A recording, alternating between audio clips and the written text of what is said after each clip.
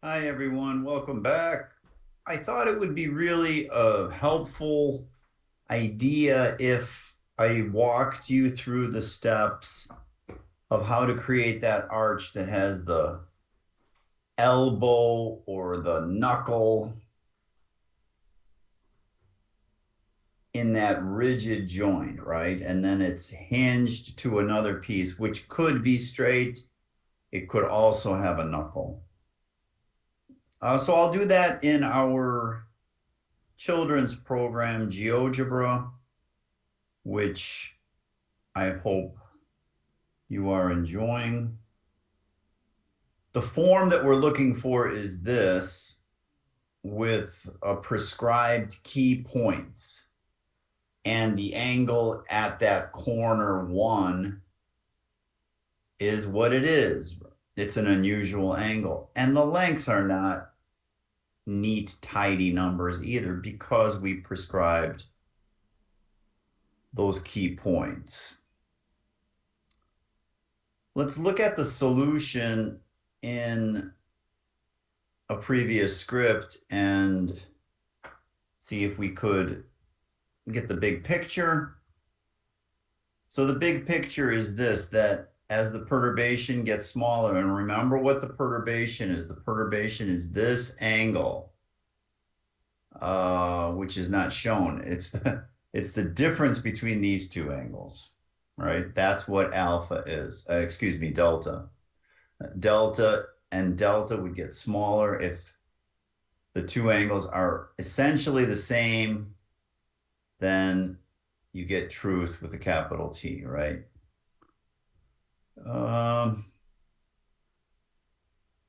Okay, so I'll save this as a demo and we'll start kind of from first principles or first steps. So I will remove this point and everything else should be gone. So you could do this, I hope. You could put down the 4 points and I'll just refresh your memory. You could pause the video. Actually, 5 points, 4 points. Let's do that. Let's put name and value. I think the 5th point is in fact the midpoint between these two. Let's look at it in my code. I don't know if I've ever mentioned that to you, but when you look at your code in the algebra window, you can see the logic that you used to create that script. And indeed, load point 1 is the midpoint between the crown and the right support, as I suspected, because I think we had a uniformly distributed load along the length of the member. Thus, the concentrated equivalent load is at the midpoint. Okay, so we only need those 4 points. We draw segments between those points. We made them dashed because we know it will be perturbed. We actually ghosted the crown because we know that's going to move. And let's begin. So I will turn off those names and values. We don't need those right now. The first thing that we're going to do is draw the perturbed elbow or knuckle. That one is really quick to draw because all you need is a circle, and I will just use circle with center through point. There's the center and there's the point. I don't even need that distance, which I know is segment 1. See that? So I could have drawn a circle of radius segment 1, but that is 32.02 here. And you could see that this one is defined as a circle through C1, which is distance segment 1 away. Let's put a point on there. That will be C1 prime for sure. That is C1 prime. it is experiencing a large perturbation now, but it must follow this circular path. Okay, this is segment 2, and this is segment 3. So now, class, what is next? What is next? Anybody? Yes. Yes, exactly. A plus. We don't give A pluses, but you would have gotten an A plus had I had that ability to give you that. That student suggested, well, how about finding the crown prime, the perturbed crown? And we do that through the intersection of two circles. The first circle is centered on the perturbed elbow, and the radius of that circle is just segment 2. It has to be. That's the distance between the elbow and the crown. And the other circle is centered on the right support. And what is that radius? You know this, right? It is the distance from the right support to the original crown, which is segment 3. Don't get worried. We know that there's limits to our machinery. So the perturbation was too large. Let's put it here, and we will find the intersection. We will hide the spurious point. We will rename this as crown prime, but I already have a crown prime, I think. So I will, no, I don't. I will rename it as crown prime. This is a new script. I will just rename that as crown prime. Perfect. Not self-congratulatory, just perfect.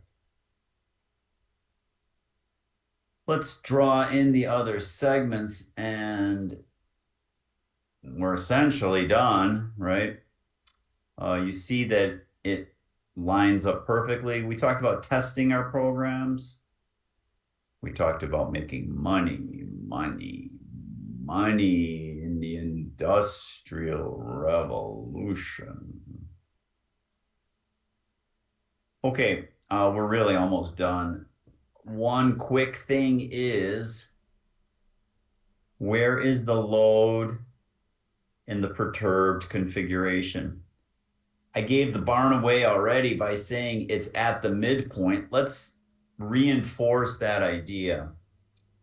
Let's find the midpoint on the perturbed configuration. There it is. And then just for yucks, let's draw a circle, center through point, and the point being load point 1.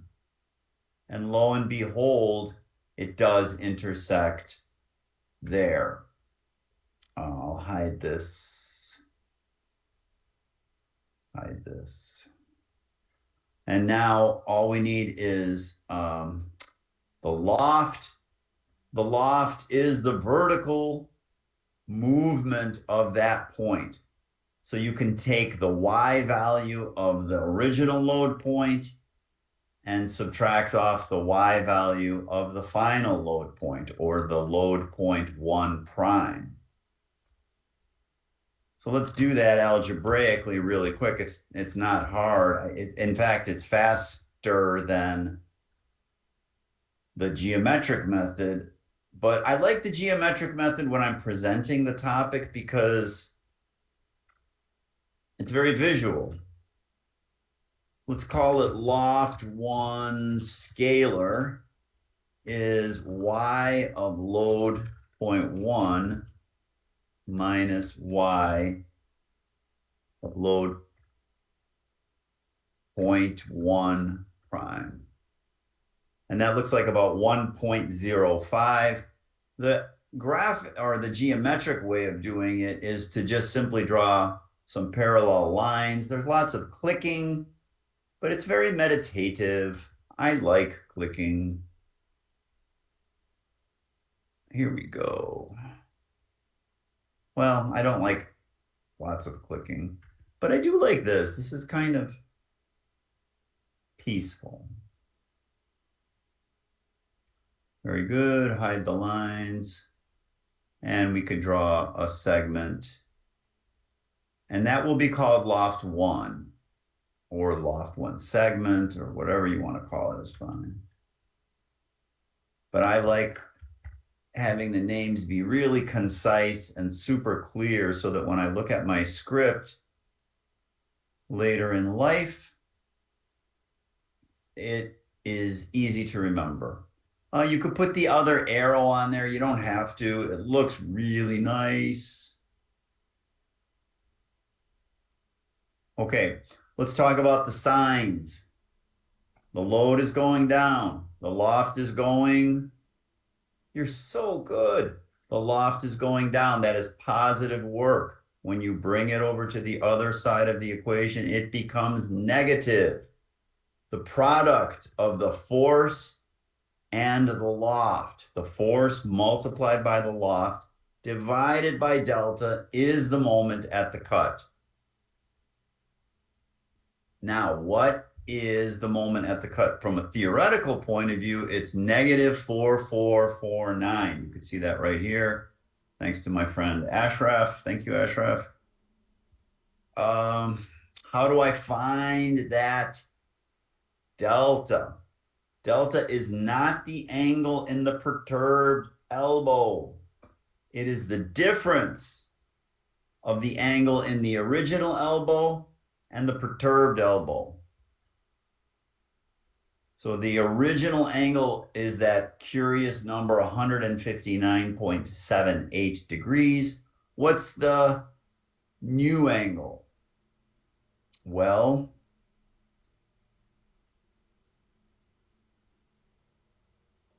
it is easy to establish. You could tell I was thinking, what am I going to do next? Here it is. Left to the new elbow to the crown. There you go. That's something.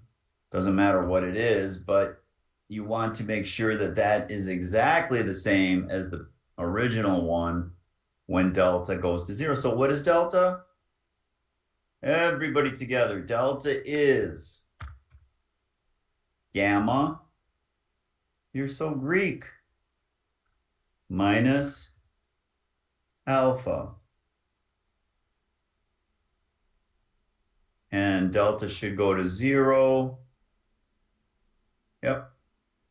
Okay, that looks great. And what is the moment? The moment in the elbow is, now remember it was positive on the left side, so I make it negative force 1 times loft 1, either as a scalar or as a segment, divided by delta. And yes, I know that you're supposed to divide by radians, but the robot knows that. The robot knows that. Let's throw in the dynamic text in case you don't remember how to do that. M cut times delta plus Fi loft I equals 0. M cut is, and the cut is at the elbow, of course. Elbow, right? Is minus Fi loft I divided by delta, but I already have that, so I will find it. It is in the capitals here, M elbow, and that is a force multiplied by a length. We're probably using meters, but I don't remember what my force was, 3,000 kilos of something. And M elbow theory, thank you, Ashraf, is this. And that looks really nice, except I forgot to put force times length. That looks really nice, and it's negative, which means it's sad. It makes a sad face. It's bending this way, just like we talked about in the previous lesson. And hopefully, I will hide those angles because I don't want to see them. Just as the image lines up, you could see, well, actually, it's really kind of exciting. Did you notice the sign flipped? So it's a singularity. It's like a black hole. We just shot through the other side of the black hole and we became positive. So it's a discontinuity, right? Which is super exciting if you're a math major or a Star Trekky physics major, but super upsetting if you're a journalism major, right? Well, I don't know. Journalism majors, they might like singularities.